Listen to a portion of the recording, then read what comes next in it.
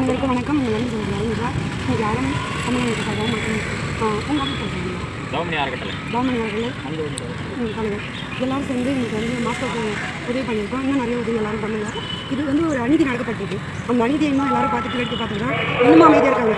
இன்றைக்கி ஹாஸ்பிட்டல் தேடி வந்து உதவி வருதுங்கிறது இதுதான் உலகத்திலே முதல் முறையாக இருக்குது. உதவின்றது அரிசி கொண்டு வந்து கொடுக்கறது, உடை கொண்டு வந்து கொடுக்கறது என்னென்னு வருது.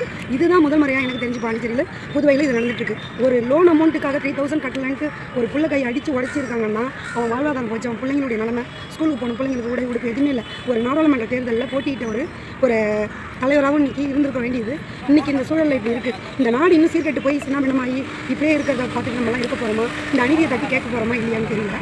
வேடிக்கை பார்க்கறதுக்கு, விளம்பரம் கொடுத்து போஸ்ட் கொடுக்கறதுக்கும் நாங்கள் அப்படியாப்பட்ட அமைப்பு நாங்கள் கிடையவே கிடையாது.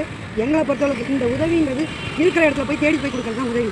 அவங்க வந்து நம்மளை தேடி வந்து கொடுக்குறது உதவி கிடையாது. அவங்க வந்து நம்ம வர வைக்கக்கூடாது. அவங்க நோயாளியாக இருக்கிறாங்க, அவங்க தேடி போய் தான் நம்ம உதவி செய்யணும். அதுதான் மனிதத்தன்மை. இதெல்லாம் நம்ம குடும்பத்துக்குள்ளே நடக்கிறத ஒவ்வொருத்தவங்க எனக்குன்னு வெளியில் போகிறதுனால தான் இந்த மாதிரிலாம் வருது. அதுக்கு நம்ம அரசு தக்க நடவடிக்கை எடுக்கணும். மாஸ்கோவுக்கு ஒருங்கிணைங்க நாங்கள் இருக்கக்கூடிய விரைவில் மாஸ்கோவுக்கு உண்டான சொல்யூஷனை எங்கள் அமைப்பு சார்பாகவும் நாங்கள் ஒருங்கிணைத்து தட்டி கேட்போம். இது உறுதி.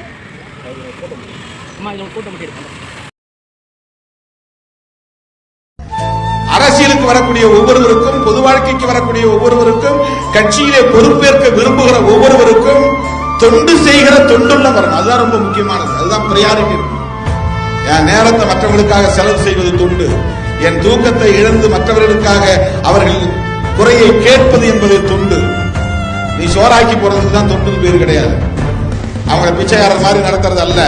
உன் கையில பணம் இருக்கு, காசு இருக்கு, ஒருத்தர் ஆர்டர் பண்ணி ஒரு 500 பேருக்கு பிரியாணி போடு, சாப்பிடுப்பா, சாப்பிடு, பிரியாணி போட்டு சாப்பிட்டு போ அப்படிங்கறதில்ல. அது பண்ணையார் தரம்.